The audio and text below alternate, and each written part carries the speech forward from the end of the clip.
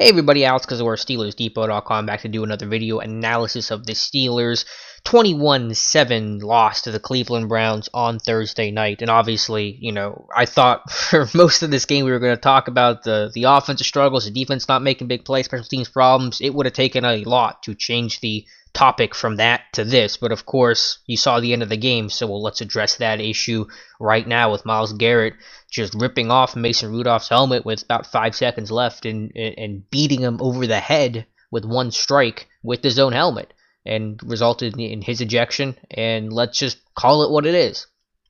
That's assault. That is assault. If that happened outside of the Brown Stadium, Myles Garrett's in jail tonight, and as he should be. And that is, to me, one of the most malicious and heinous things I've ever seen from a football player on the football field. I don't know what even competes with it. And I haven't watched football as long as some others, so maybe some people can talk about some other things. I know they showed the Turkey Joe Jones hit on Terry Bradshaw, but that doesn't even pale in comparison to what Myles Garrett did tonight. So let's get this out of the way. Myles Garrett should be suspended for the entire season, the rest of the season. Will he? I think he will, but we'll see. Obviously, no matter what, he's looking at a lengthy suspension that is indefensible. There's no excuse for it. I don't care who started it. I don't care who said what. I don't care what Rudolph was doing. You don't hit somebody with their own helmet. That's not a hard concept to try to wrap your head around. No pun intended. But yeah, that's one of the craziest things. I'm glad Rudolph's okay, because obviously that could have been very scary. That could have been a serious injury for Rudolph. And thank God he's all right. But again, that is assault. There's no need to sugarcoat it. That's not being hot takey. You hit somebody, you punch someone at all, that's assault. And then you use a weapon, a helmet, to hit someone in the head, no less, for that. That's assault. There's no excusing, no defending that. And Garrett should be suspended for the rest of the 2019 season. Well, what will happen to everybody else? Maurkice Pouncey certainly could be looking at a suspension. Now, to be clear, I have no problem with what Pouncey did. I love the way the Steelers O-line stuck up for their quarterback, but the way the league's going to look at it and the league's infinite wisdom, Pouncey did kick Garrett in the head at least once. It wasn't a full-on kick, but I know it's probably not going to matter. You kick someone in the head, that's probably going to get you suspended too. Larry Ogunjobi, who shoved Mason Rudolph down after Rudolph got bashed over the head, definitely going to get fined. I'm not so sure if they're going to do suspension on that, if for anything else, because how egregious the act Garrett was makes what Ogunjobi did look not nearly as bad in comparison if it was just a solo thing. But we'll see. So that's where this thing starts, with just a wild ending. Again, I'm glad Mason Rudolph's okay. I'm glad that I think for the most part Browns players are saying that yes, Garrett deserves to be suspended.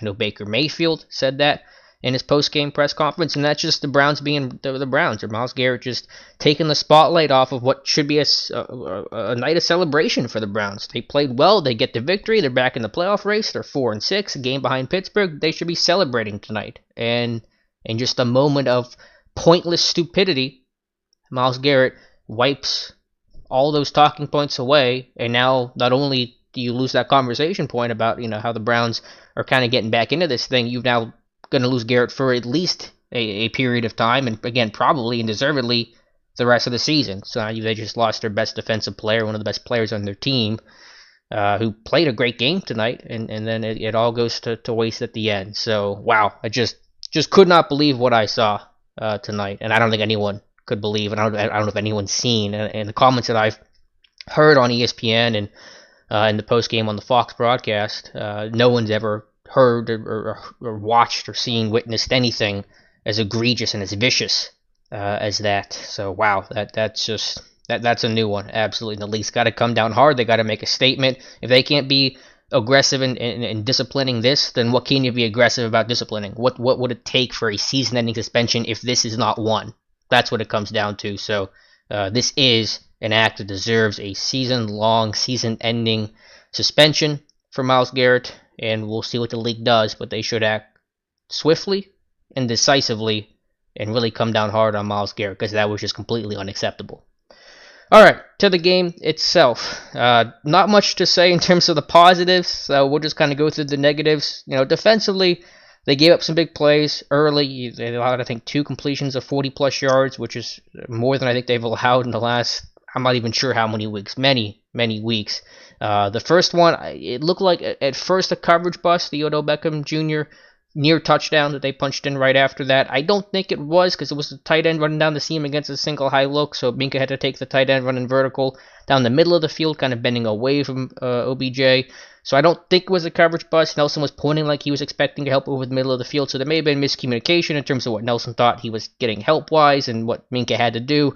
We'll have to look at it, but again, gave up some big plays. The run defense was solid overall, but it had its moments where it wasn't effective enough, and I just thought the biggest issue for the defense was allowing some crucial third downs. The third down percentage looks good overall. I think the Browns were around 40% on third down, so not a bad number for the defense, but Baker escaped the pocket too much. He was able to extend the plays. That happened on the first drive of the game, where they got a 3rd and 6 or 7, I believe, and Baker scrambling, hits Kareem Hunt to the right side. The next play, they go deep to OBJ to get you down to the 1-yard line. So just too many times where he was able to break, contain, the touchdown to ice the game, an extended play, and obviously Baker's mobile, but you got to be able to contain that better and get him on the ground and not let him extend the play and find open receivers. That was a big issue tonight. But overall, defense gives up 14 points for the majority of that game until Rudolph threw the pick at the end moments and gave the Browns a short field that they kind of punched in and again iced that thing. But it shows you how valuable the turnovers the Steelers had gotten was to give the offense a short field, or in a couple instances the defense scoring on their own and taking it to the house, which has happened twice over the last 2 weeks prior to Cleveland's game. And when you don't have that element of big-time splash, you really get that offense exposed for being a below average, and I'm being generous when I say that, unit. And that's what happened again tonight. Now, granted, there were a lot of injuries. You're on a short week. It's on the road. There's a lot of combinations of things. You lose Juju, you lose Deontay Johnson, you lose James Conner. Wow, what a mess that was. But still, you got to play better. I think they were 2 of 11 on third down. Last week we talked about the Rams. They were 1 of 14 on third down, and the wins the Steelers defense had in that regard. Well, the script was flipped to this week, where the Browns defense locked Pittsburgh down on third down. And again, the Steelers were in a lot of third and manageables. How many 3rd and 1s and 4th and 1s were they in tonight that they failed to convert? Too many to count, which is depressing to even think about. So that was a big issue. The run game gave you nothing. Even with Conner in there, they didn't get much. Conner's first or second run of the game, he goes one-on-one with Greedy Williams on the perimeter and can't break that tackle. You gotta break that tackle. Greedy Williams is not a good tackler. So that's, just more issues. Pass protection, the O-line did not play well tonight.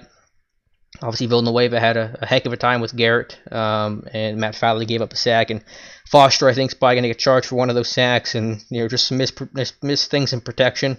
Both backs and offensive line.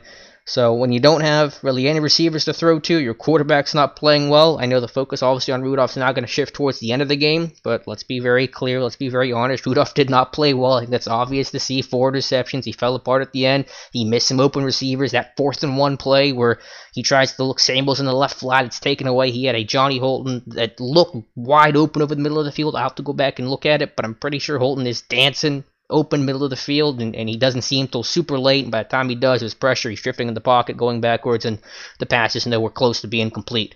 So, I'm just looking at a comment here. Kyle Juszczyk, the 49ers fullback, tweeting out that Myles Garrett should not be allowed to play another snap this season. Wholeheartedly agree.